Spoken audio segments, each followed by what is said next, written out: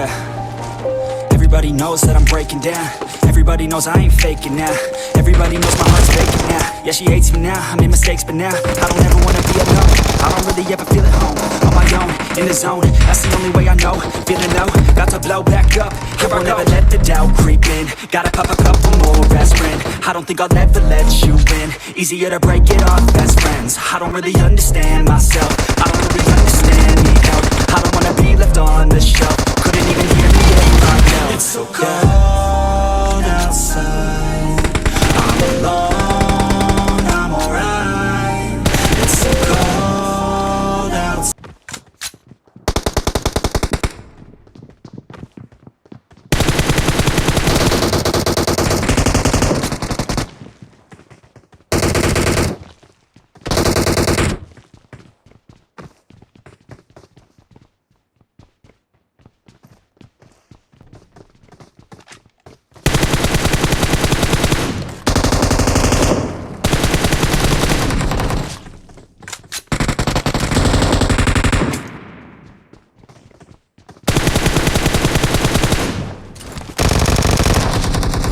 Watch out!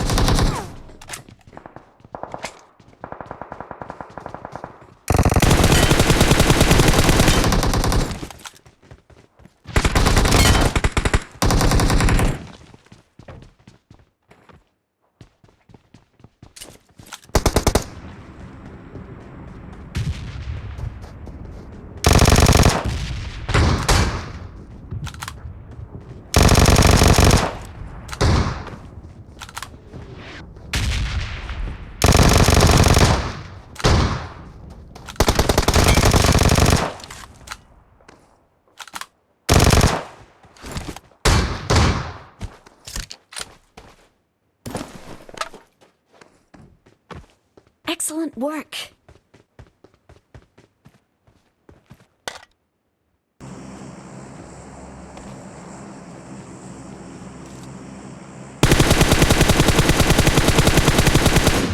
Marked a location.